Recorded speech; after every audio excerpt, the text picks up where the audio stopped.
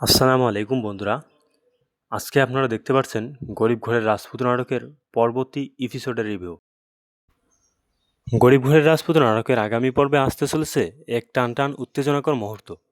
মেঘলার কাছে অপমানিত হয়ে যখন অনিক অনেক কষ্টে নিয়ে আবার বৃষ্টির বাসায় ফিরে আসে, ঠিক তখনই নাটকের গল্পে এক বিশাল মোড় নেয়। অনিক বাড়ির ভেতরে ঢুকতেই শুনতে পায় এক গোপন কথা। সে দেখে তার নিজের চাচা এবং চাচি আড়ালে দাঁড়িয়ে ফিসফিস করে কথা বলছেন। পরিস্থিতি কিছুটা সন্দেহজনক মনে হওয়ায় অনিক পা টিপে টিপে তাদের দিকে এগিয়ে যায়। আর তখন চাচার মুখ থেকে বের হওয়া একটি কথা শুনে অনিকের পায়ের তলার মাটি সরে যায়। তার চাচা চাচিকে বলছিল যে মেঘলার সন্তানকে আসলে তিনি লুকিয়ে রেখেছে। নাটকের মোড় আসে এখানেই। বৃষ্টির সুখের জন্য এই চরম অপমান শুধু লুকিয়ে রাখাই নয়, অনিকের চাচা আরও স্বীকার করেন যে বৃষ্টির কারণেই তিনি মেঘলার সন্তানকে চুরি করেছেন, যাতে বৃষ্টি এবং অনিক কোনো ঝামেলা ছাড়াই এই বাড়িতে সুখে শান্তিতে একসঙ্গে থাকতে পারে। আর তারা এই সুযোগ লুফে নিয়ে তারাও যেন নিজেদের স্বার্থ গুছিয়ে আজীবন বৃষ্টির এই বাড়িতে রাজত্ব করতে পারেন।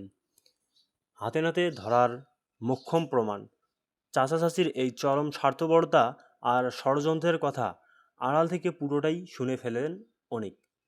তবে সে একবার শুধু শুনলেন ক্ষান্ত হয়নি। বুদ্ধিমত্তার সাথে পকেট থেকে ফোন বের করে তাদের সমস্ত কথোপকথন ভিডিও আকারে রেকর্ড করে নেয়, যাতে পরবর্তীতে প্রমাণস্বরূপ দেখা যায়।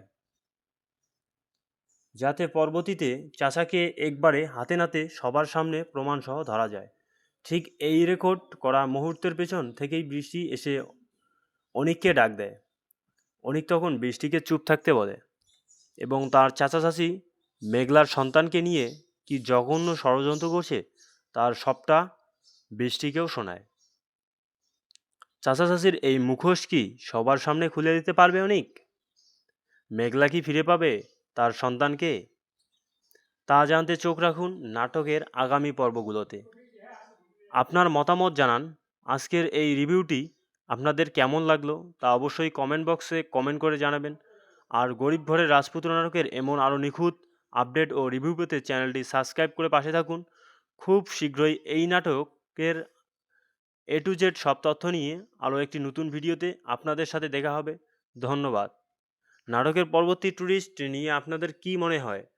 অনিক কি এখন সবার সামনে সত্যটা প্রকাশে আনবে, নাকি সঠিক সময়ের অপেক্ষায় থাকবে? তা আপনারা অবশ্যই কমেন্টে জানাবেন। আজকের নাটক রিভিউ আপনাদের মাঝে কেমন লাগলো? ভালো লাগে তাহলে চ্যানেলটিকে সাবস্ক্রাইব করে রাখবেন। পাশে থাকে বেল আইকনটিকে ক্লিক করতে ভুলবেন না। ভালো থাকবেন, সুস্থ থাকবেন। ধন্যবাদ।